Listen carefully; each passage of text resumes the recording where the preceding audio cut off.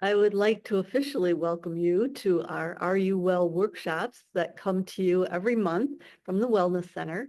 And this month we are looking at your workspace. So expanding your wellness toolbox, making your workspace work for you. So I think this is a good time because everybody's kind of getting those darker days and they're inside more and they're studying more, and that study space is so critical. So we do have our guest today, and what I'll do is go through the schedule just to let you know what's coming up.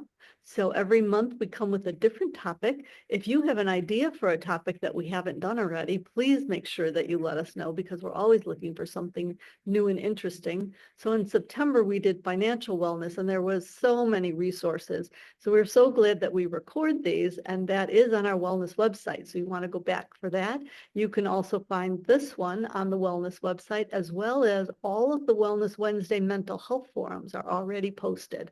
So as we do the talks, they'll be posted, so you'll be able to catch up with it if you weren't able to join us either at noon or at 6 o'clock on the dates posted. I hope you are. Thank you. All right, so just to get us started, the day has been busy. We had time change. We had, things, it's getting darker so much sooner. We had a lot of things emotionally exhausting happen in the last couple of weeks. So let's just take the moment to take advantage of sitting back in your chair, your feet on the floor, and just be for just a moment. What I want you to do is take some good breaths in through your nose, out through your mouth, kind of roll those shoulders back so that you have some good posture, kind of stretch your neck a little bit. And think about anything green, gray in your area. It might be a picture on the wall. It might be a place that you visited. It might be a place that you'd like to go. Your eyes attend to blue, but your brain calms to green, gray. So if you can find green, gray, or imagine green, gray out on your walk or something, and you take those deep breaths, kind of bringing in that green, gray, it's actually going to bring down your cortisol. So as we do that, what I'd like you to do is just kind of sit back, hands on your lap, again, feet flat on the ground, and be able to just listen to my voice. So you can close your eyes a little bit if you'd like, or look down. And so what I want you to do is settle in and be comfortable, and think of a person or a being who's been kind to you. Could be a grandparent, a teacher, a parent, a friend, even a beloved pet. Allow yourself to feel the kindness and the warmth. And imagine this person or being gazing at you with understanding, kindness, and compassion. Imagine this person wishing you well, sending you a blessing, possibly saying these words. May you be safe and protected. May you be healthy. May you be held in kindness and compassion. Take a deep breath in through your nose, out through your mouth, and let's stretch. So hands out in front of you so that you're rounding your back. Hands up over your head, grab one wrist and pull to one side. Grab the other wrist, pull to the other side. And then hands behind your back so you open up your chest. We'll hear about sitting like a shrimp a little bit later. This is perfect to open that up. Take a deep breath and shake it out. All right, so as we get started, we'll go to the next slide to introduce Evgenia as our speaker, our guest speaker from the Department of Occupational Therapy. Thank you for being here, and go ahead and introduce yourself.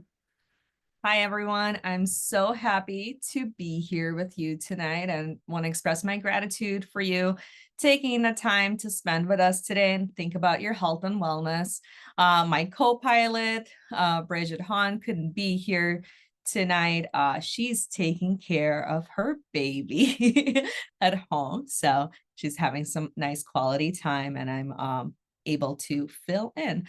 But I am an assistant professor in the occupational therapy department. I still practice very part-time, primarily focusing on early intervention, so working with young children and their parents, as well as community-based practice for adults with developmental disabilities. So for those of you who may not be familiar with occupational therapy is all about thinking about creating that just right fit between the person, their environment, and then what we call their occupations, meaning that day-to-day activities, whether it's getting dressed in the morning, doing your work, maybe even taking a nap. A nap is technically an occupation, a very important occupation, in fact. So, as an occupational therapist, I think about what does the person need? Does their environment support those needs? And how can we adjust certain components or elements within their occupations, including the occupation of self-care and work, right, and leisure, in order to create this very nice dynamic space where wellness can take place. The person can feel comfortable, they can feel a sense of growth. So, in thinking about today's talk, specifically what we hope to do in designing this presentation is to give you a very specific wellness toolbox and how you can explore your workspace or your living space, your study space, and consider what is the fit between you and your space and what you have to do within that space on your day-to-day basis. I love to make presentations interactive. We're a small crew, so if anything comes up that brings up a question in you, please bring it up.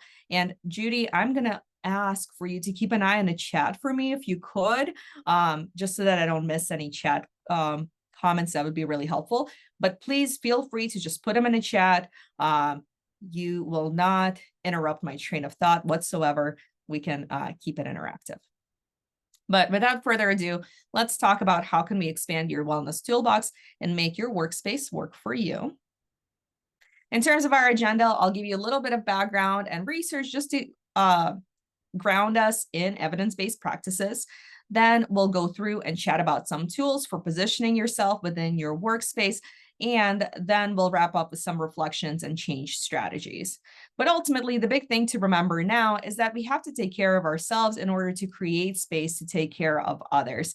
And within that, we can think about how our workspace either facilitates or inhibits that growth and self-care in us.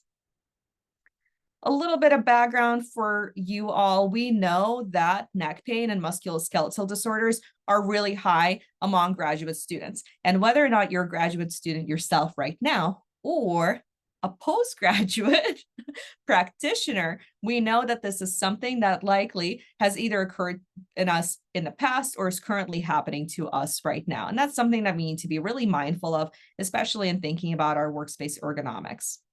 We also know that simple adaptations in our day-to-day environments, including ergonomic education, like what we're going to be doing now, can support our capacity to bring in more awareness to our body, prevent pain, especially pain coming from positional stress or repetitive stress, and reduce computer-related discomfort, which of course, many of us are experiencing more and more as we transition into more hybrid workspaces, right? And are switching between workstations and laptops.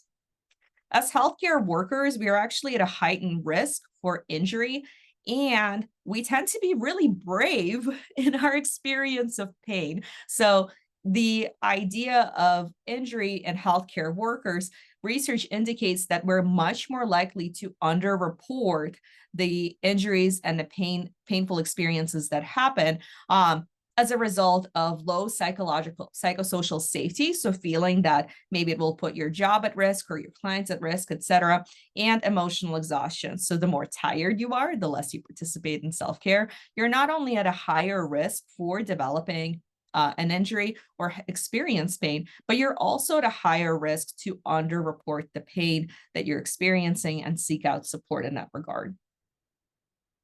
When we think about ergonomics, the dictionary definition of it is the study of people's efficiency in their working environment. And a lot of us think about that positional ergonomics. So do you have an ergonomic desk? Do you have an ergonomic chair? But within this presentation, we want to challenge you to think about ergonomics more holistically in terms of the entirety of your working space. Specifically, you can consider yourself right now. You might be sitting down. Some of you may be laying down. Some of you may be standing up. Think about how your body is positioned in your space, and then consider what are the immediate workspaces in front of you. For example, for me, I'm sitting in front of a desk with a computer stand where my laptop is raised in order for me to be able to have a clear eyesight of my screen and my laptop. You can be thinking within your workspace, how is the lighting set up? How is your chair set up? And how does that influence your position? But within that as well, you also want to think about those occupational and task-specific components that can change your office ergonomics. We all have experienced the moment where maybe you get a notification or an email that maybe was not expected or perhaps stressful, and you likely experienced your body change position. Maybe you get smaller, right? Maybe you started, maybe the email was really long and really boring. You started leaning off to a side. Maybe the email was really exciting, and maybe you saw your body uplift. So think about the emotionally charged components of your tasks and how that influences your body as well. We also have to keep in mind the interpersonal components of what we do. We all know that whether or not we get positive news or negative news, that can really change how present we feel in our bodies. It can change the way that we will position ourselves in our office. It can even change our experience of not only well-being, but also physical or emotional pain. And last but not least, the emotional components, thinking about anxiety, sadness, uncertainty, happiness, right? All of those different moods will influence how your body feels, how you're able to position yourself within your workspace. So I'll kind of pause here for just a second to see if there's any questions. Doesn't look like it. Okay. So wanted to do a moment to check in with you all and to give you a chance to check in with yourself. So thinking about how your body is doing and feeling, thinking about your physical environment, the occupational environment, the social environment of us being in the Zoom together, or perhaps maybe there's other people in a room, maybe there's people sending you emails or texts, etc. I want to give you a moment to just check in. How are you feeling? Are you comfortable in your body? Does your body feel tired? Does your body feel light? Do you feel any tension? And if so, where are you holding that tension? Is there anything that your body desires at this time? For example, I just became intimately aware of how thirsty I am. So I'm going to have a little sip of water. But I'm going to give you about a minute to kind of check in with yourself and your physical space.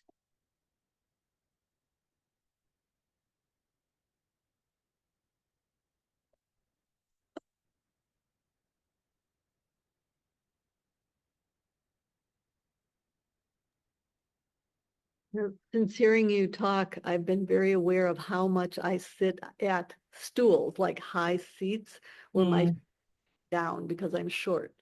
And so mhm. my feet on the ground, like find a chair where I can do that, has been really different for me. That's now a goal, that I'm trying not to sit up so much and be aware of how much I'm up high like that. A lot Yeah, of that, yeah. that is a really critical piece, right? Like, are your feet grounded right now? Maybe you have a stool if you would like to have your feet up high. It's important to have our feet grounded for a couple of elements. It can help you feel more psychologically grounded in your space. It can help you feel more at ease and more secure. And then from the biological standpoint, if your feet are hanging down, you're likely putting more pressure in the back of your thigh, and that can actually prevent some blood flow or reduce blood flow, and it can create swelling, etc. So something to consider. Other thoughts or aha moments that popped in people's minds as they checked in with themselves?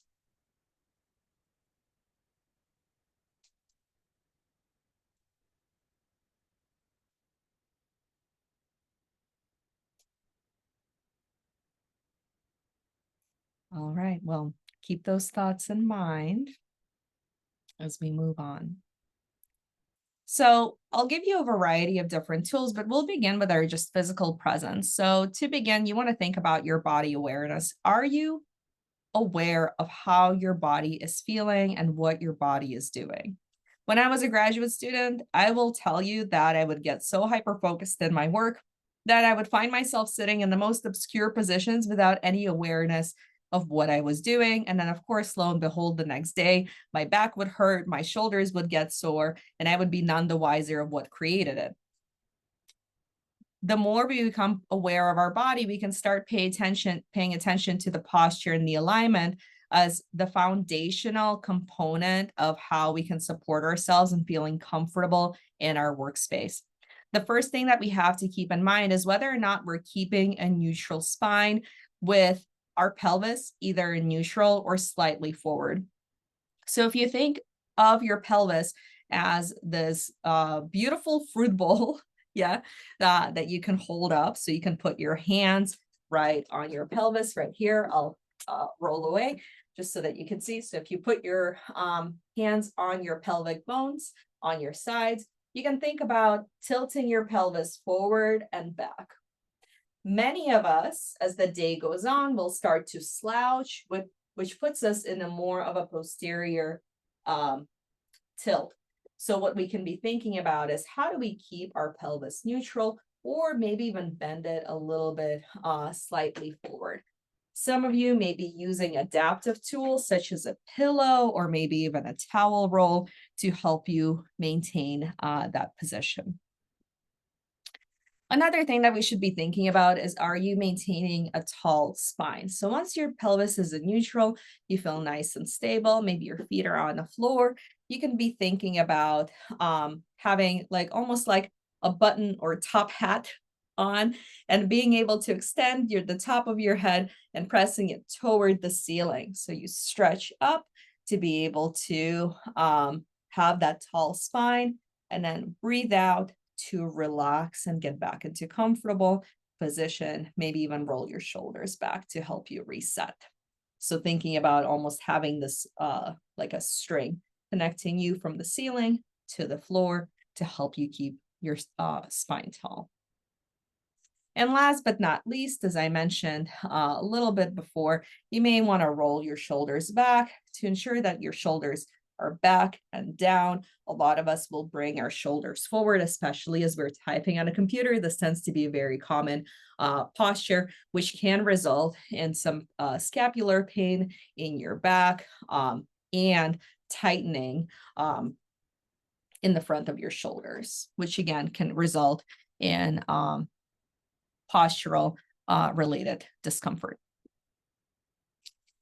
And last but not least, you got to brace your core, thinking about our abs, keeping them engaged, but gently so, right? So we don't want to keep our abs so tight that it creates discomfort, a different type of discomfort. But one big piece to remember is that as you're trying to adjust your posture, create more awareness of how you're sitting down, you can support the gentle engagement of your core by bracing in for a punch. So really flexing your abs and then breathing out and relaxing. And that can be a helpful way to engage the core and help you gain a little bit more stability. And all of that, back to Judy's point of dangling feet on stools, all of this will be much easier if your feet are grounded on the floor. And if you like your feet to be a little bit higher up, there's stepping stools that can help you be able to maintain that posture. And I'll show you some examples in a little bit. And here's an example of bracing core. So as we talk through it, I want you to check in with your workspace. Sometimes, at the end of the day, we're wondering, why does my back hurt so much? And then we're sitting down like scrunched up shrimp. So check in with your body right now. Do you have a tall spine? Is your pelvis in neutral? Is your core braced? Are your shoulders back?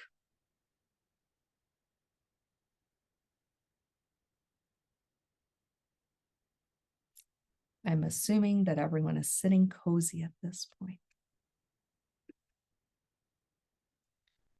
Once you have that strong awareness and a position, here's some additional things to consider as you position yourself for success. We'll start from the top and then we'll kind of move down. So kind of check in with these different points as we go through. Overall, the back, if you checked in with your spine, you kept your pelvis in neutral, you should be able to have your back positioned in a way that promotes those natural curvatures in our spine and pelvis. In order to be able to support us to maintain that posture, of course, it's helpful to have a chair that also supports that. So making sure, for example, that we're sitting to the back of our chair rather than on the very edge, like what I was doing for the past probably 20 minutes. You want to make sure that your head is over your shoulders. A lot of us will start to tilt our head forward in kind of this position, which can create a lot of strain on our upper back. So you want to keep your chin slightly down, making sure that you're not hyperextending or tilting forward too much. And especially for those of you using your laptop, you want to make sure that you have some kind of system of elevating your laptop up so that your eyes are at the level with the top of the monitor. So for me, I have my laptop raised on a little stand. Here, I'll show it to you all in a bit. Whoop. So I have a little stand that I'm using here, but at home, I honestly use my old textbooks from my master's program. So there's many ways to prop up your laptop. Then when we move down to our arms and hands, you want to make sure that your arms are at your side rather than scrunched up and forward. You want to maintain that 90-degree angle. So here, thinking about how are your armrests positioned? Are they able to support that 90-degree angle to create that nice blood flow and comfort? And more, of course, is also a-okay. What you want to prevent is kind of this T-Rex posture, where your wrists are bent. You want to make sure that your wrists are also in neutral and that you're avoiding excessive bending or sideways positioning, which will often happen with the mouse, where instead of keeping your hand in neutral, maybe you're off to a side. So we'll talk about some ergonomic options for mouse and keyboards. And your monitor should be about arm's length away. So again, as you're typing, keeping an eye on your keyboard, but also making sure that you're not too close to your screen. So right now, thinking about how do I position myself so that I'm about at an arm's length away. This is where you may want to also start to adjust some of the occupational size of your work. Is your monitor set up so that the font is large enough, comfortable enough for you to be able to maintain that strong distance? As we move down to our legs and feet, you want to make sure that your feet again are supported and grounded. Similar to our elbows, your knees should be bent at about 90 degrees or a little bit slightly further from the body. So if you're using a stand and you're kind of kicking your feet out, that is a-okay as well. Just want to make sure that they're supported. You want to maintain your hips at about 90 to 110 degrees. Again, that will help you keep your pelvis at neutral. And your seat pan should end about 3 inches from the back of your knee, meaning that as you're sitting down right now, you want to make sure that your knee is not running exactly into the seat, because if it is, you're probably sitting too deep into the seat. You may need to move yourself forward a little bit. And if that results in you not having substantial lumbar support in the back, this is where having a towel roll or a little pillow can be helpful to maintain that neutral and tall spine. Thinking about all this positioning, you want to think about how do you create habits that support your sense of well-being. So thinking about habitual and environmental changes in terms of reducing eye strain and ensuring that optimal positioning, thinking about using enlarged text, limiting glare from the screen. So avoiding, for example, having the window behind you that would create the glare from your computer.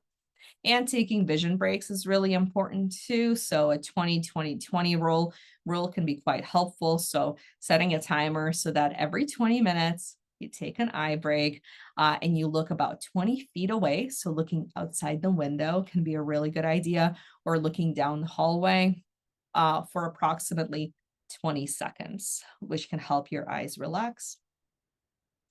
And then avoiding physical strain as well. So think about your day-to-day, whether it's sitting at your computer, but also doing other tasks around you Do you have certain context stress from repetitive motions, for example?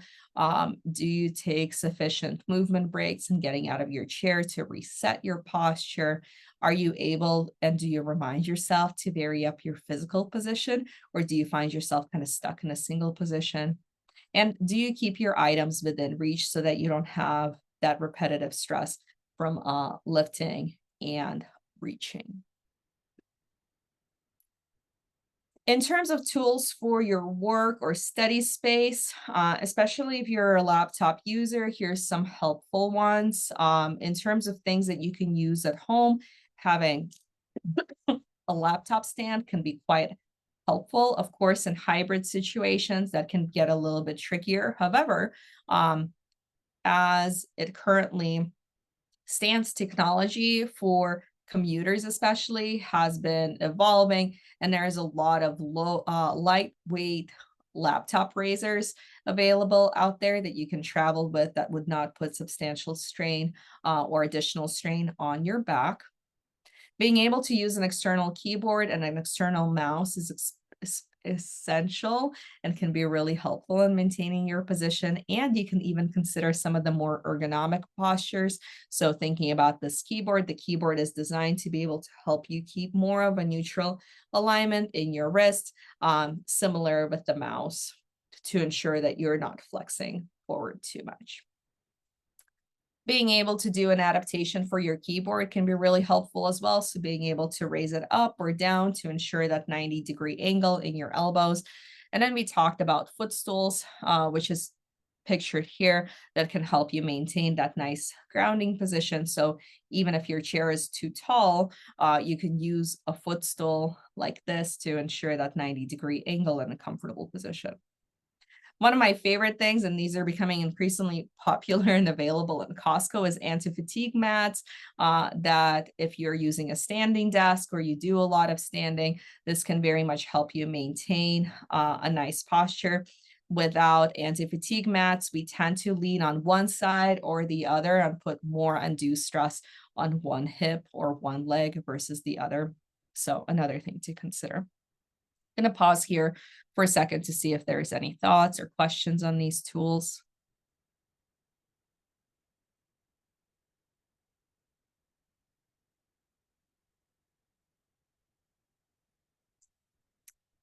Okie dokie, I'll take that as a no, but we'll have more time for questions later as well.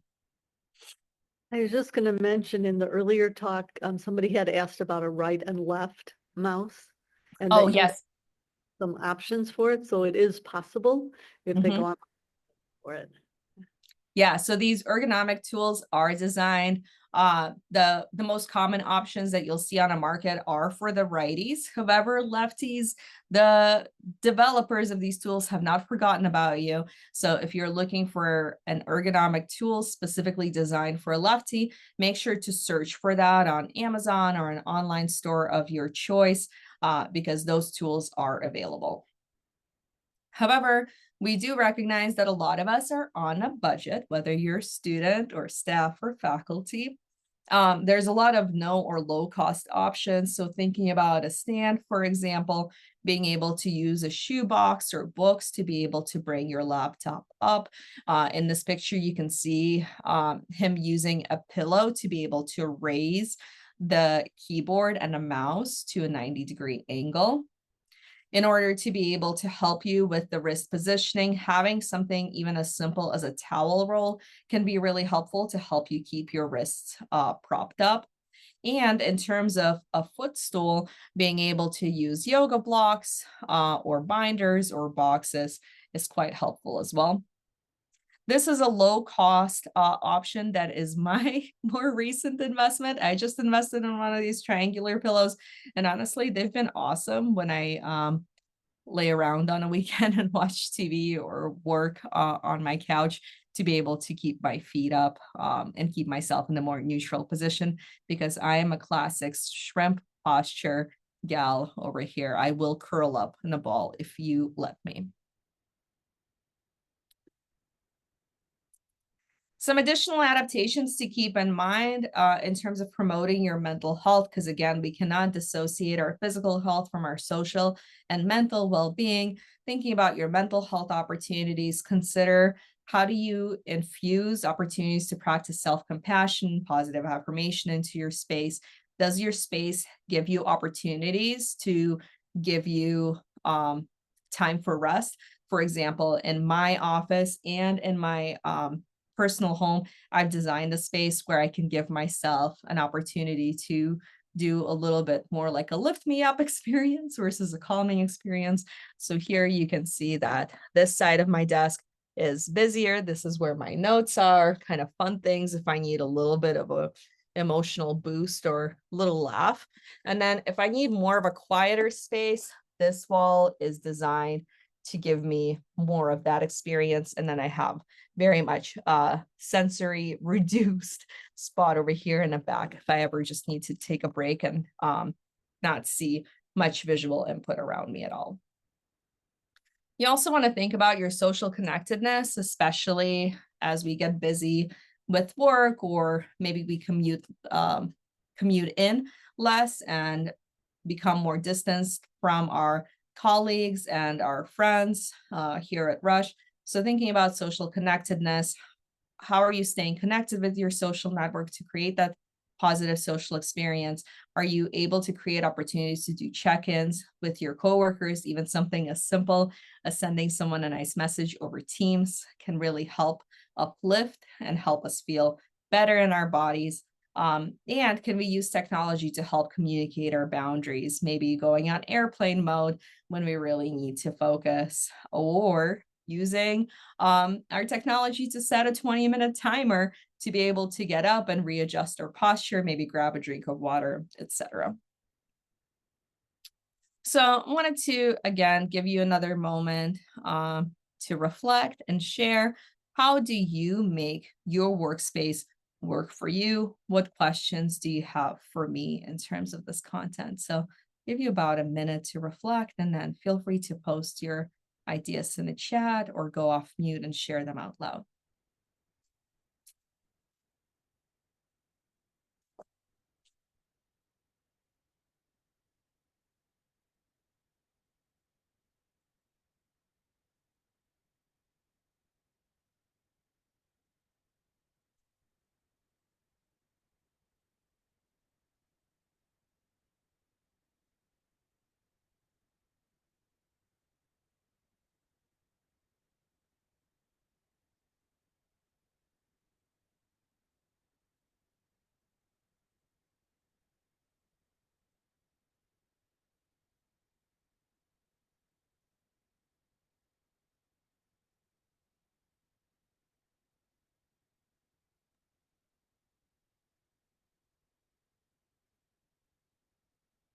Those people are thinking of ideas. I think my biggest thing is the temptation to multitask.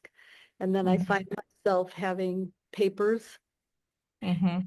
different things open, and my mind gets a little messy and distracted. And so I really have to stop, put that so that I can focus. And I think your idea about setting a timer and focus and work during that time without doing other things is really helpful.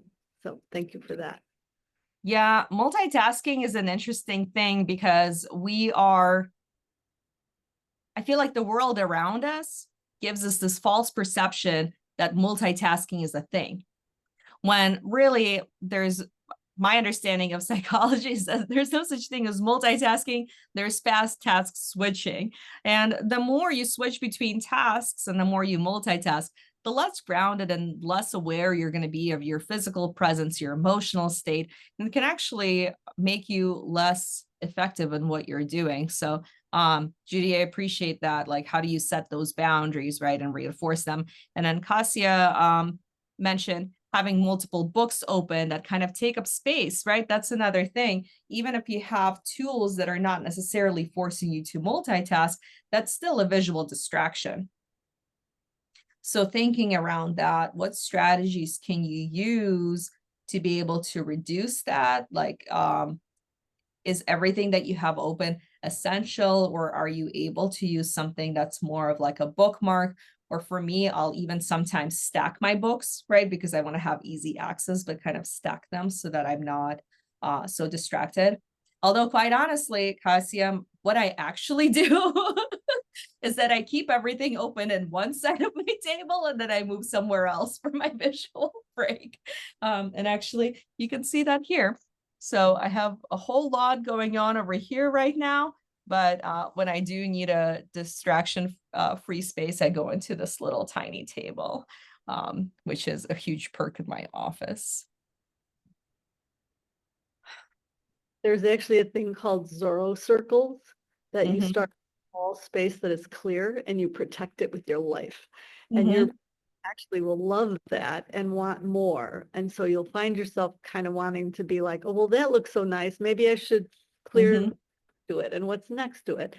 And so it just feels kind of good to be able to have some space somewhere in your workspace for your brain to actually feel clear, to have those white spaces for your brain to calm. So, yeah. Absolutely. Yeah. And thinking about that in terms of everything that you do, quite honestly, right? Like, do you have a blank white wall where you are? How's your computer screen?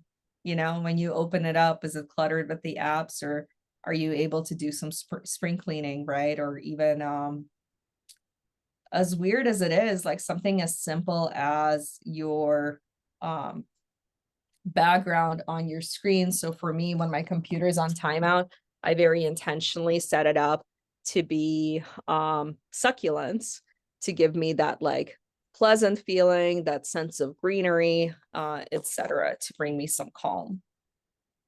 A big green gray going. Very good. Thank you.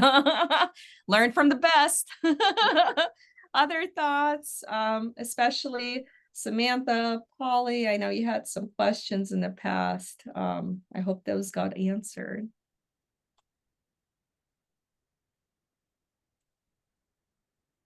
Think about maybe one thing that she talked about today that you could put into practice immediately. Just one thing, even if it's the way you sit or the way your computer is or the eye, the level of the eye, what you can do so that tomorrow you're going to be more comfortable when you're working. And perhaps some of you already did that one thing. So thinking about how are you going to keep it going? That's the hardest part. It takes what, 6 months to form a habit, right? So keeping that in mind. Sensory break area. Yes, absolutely. Yeah, do consider it's nice to keep your workspace protected for work, but sometimes we get so focused on that that we forget to also have a protected space for rest. And I find that as students, although honestly, faculty and staff are equally at fault for that, we start to work everywhere on our bed, in a kitchen, in a couch. And what ends up happening is that you don't have a protected mental space to recharge, right? Because then when you're sitting on a couch, you're thinking about work more. And that's not quite good either. um, oh yeah, and then Cassia is investing in a stand for the laptop. That's good. All right, well, let's keep moving. Here's some resources for you all. Great book called The Back Mechanic if you're looking at resolving some back pain. We're giving you some websites as well with additional resources, including some low cost and no cost options. We wanted to wrap up this presentation to give you an opportunity to get up and stretch. And Judy, would you like to give them some background on this video? Yes, we wanted to make sure that you were aware that Rush had a fitness center. If you park over in the student or newer parking garage and it's right on that first floor, you might walk past it and never really pay attention. You can go in and take a look around. They will do tours. There's definitely a discount for being a student. And there's also the energy pod that I'll talk about in a little bit that's in there, as well as on the second floor of the academic facility that you have access to. What we're going to show now in a few minutes is just a couple of stretches. I know he talks about doing it at the top of every hour. I'm thinking if you could just do this in the morning and in the evening, it would be wonderful. So see if you can look at these things and maybe even get up and do them, and see if you can do them right now and just feel better, kind of stretched out for the rest of your evening. Thank you. And I've been sitting a lot, so I'll try it out with you all. Hey guys, my name is Joe, and this is Lika, and we work at the Rush Fitness Center. We're coming here to you today to demonstrate some stretches that you'll be able to do when you find yourself sitting for a long period of time. These stretches are going to help improve your overall function as well as decrease back pain. Before Lika goes through these demonstrations of the exercises, what I want to do is highlight what these stretches are made to do. So the four core muscles that attach to your pelvis push and pull on your pelvis depending on if you're sitting for a long period of time, if the musculature is weak, or anything like that. Your abdomen attaches to the front of your pelvis, as well as the hip flexors coming from the interior end. The hamstrings attached to the back, as well as the back extensors. We're going to go over all four of those musculature groups and show you a demonstration and a stretch for each. The first one we're going to be doing is the hip flexor stretch. So Lika is going to get down to the ground. She's going to put one leg forward in front of the other, much like a lunge. She's going to put her hands over her head and lean on back. This is going to stretch this hip flexor muscle, allowing it for it to become a little bit more malleable and a little bit more pliable. She's going to hold each stretch for 20 to 30 seconds and then switch legs. Make sure you breathe during all of these stretches. The next one she's going to be doing is a hamstring stretch. Standing up, Lika's going to put her right foot over her left foot, and then she's going to reach down to touch her toes. This will help stretch the hamstring musculature, and make sure you breathe during this entirety of the exercise. After 20 to 30 seconds, she's going to switch feet and stretch everything out. Perfect. The third exercise is going to see her stretching out her abdomen musculature. She's going to lay flat on the ground, have her hands just by her shoulders, and almost do a push-up while leaving her hips on the ground. Looking upwards, this is going to stretch the abdomen musculature, which will help improve overall function and reduce back pain. Finally, from there, she's going to push her hips back, bring her knees forward, and sit on back, extending her arms. This will help elongate her back extensors, improving her lower back function. All these exercises should be done about every hour. Do a set or so per musculature group, and hold each stretch for 20 to 30 seconds, remembering to breathe throughout the entirety of the stretch. If you have any questions, feel free to reach out to myself or Lika or any other fine team members here at the Rush Fitness Center. See you soon. Thank you. This is a great way to start out, don't you think? You could start the day with just four of those things. So what we want to do with the rest of this time is talk a little bit about your well-being, and you want to be able to think about yourself, to spend a little time being mindful to how you're feeling. In the last week or two, have things shifted for you in how you eat, how you sleep, how you've been feeling? Have you been very distracted, overwhelmed, and anxious? What is your body telling you? Is there tightness where there hadn't been before? Is there neck pain or shoulder pain that you notice now that's getting a little bit worse, that maybe because the way you're holding yourself, you're very tense? So you want to be able to seek out some assistance for that. And if you don't use the fitness center, maybe you'd like to use the wellness center. So we have kind of both things covered for you with your well-being. So what I'd like to do is go through a couple of slides to share what the Wellness Center looks like. So this is over in the Triangle Building across the street. It's a 7-minute walk from the hospital. Inside, it is built to be spa-like. So when you walk in, you actually just naturally take a deep breath. There's a little waterfall as you first walk in. The lighting is very spa-like. It's a tiny but very mighty space that we do the counseling, the coaching, small meetings in there to be able to kind of increase your well-being. The Wellness Center is available from 7 to 7 Monday through Friday. It's in person and virtual, so you can be a 12-hour shift worker and still take advantage on your days off without coming into rush. There's, like I said, counseling, case management, and the energy pod. There will be several QR codes along the way. And again, we are recording this, so you'll able to go back and catch these if you didn't get them now about getting to the wellness site. It's easy to be on Inside Rush and look for Rush Wellness. And once you're in there, you'll be able to see all the different parts of that website. As I mentioned before, there is the Energy Pod in addition to all the counseling and coaching that we do. The Energy Pod is an amazing rest where it puts you in a weightless position. It takes out any sound or light. I would recommend requesting a 30-minute slot so that 20 minutes of it is actually the work inside the Energy Pod. 10 minutes is just kind of getting settled and acclimated to what this is and what all the buttons are and what it does, but is very restful. And you can make an appointment so that that time is available for you as you walk in, that you're not waiting in line for somebody else to be finished. So I really would recommend that. For students, your Energy Pod is on the second floor of the Armor Academic Facility. And for everybody else, we are over in the Wellness Center, right by the front desk. There's a room off to the side for that.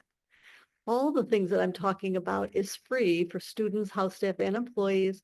Faculty is included, no session cap, and that you're able to benefit your wellness, your well-being, your mental health for free. So what could be better than that? So take advantage of these kinds of things. This is what the website looks like when you arrive at it. So it will talk a little bit about the overall idea of the Wellness Center.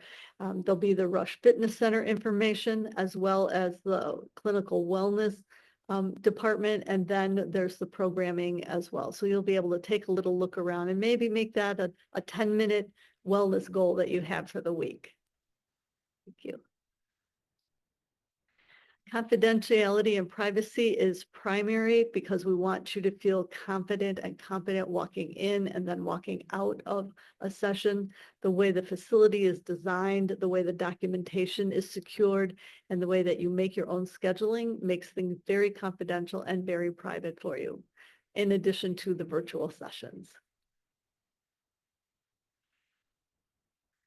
I've been talking about the Wellness Center itself, which is on the left-hand side of your slide, 7 to 7, Monday through Friday, online scheduling, unlimited free sessions, and it's available to the Rush community.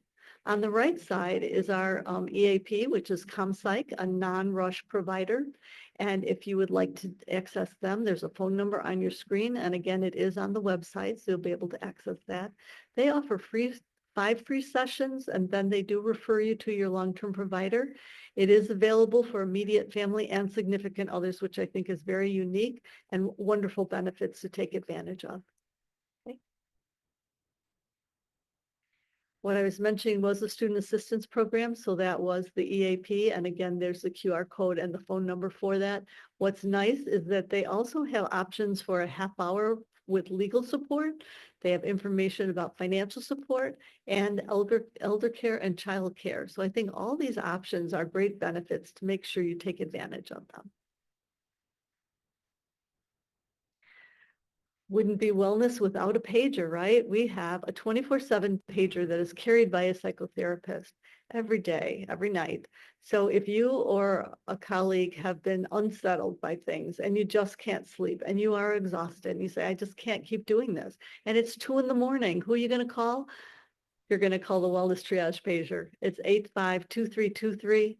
There will be a psychotherapist responding to that within the hour. Usually it's within 10 minutes, but they will get back to you right away. They'll be able to settle with you, kind of go through what's going on right at that moment and what you need to do, and then make a plan for what the next couple of days should look like.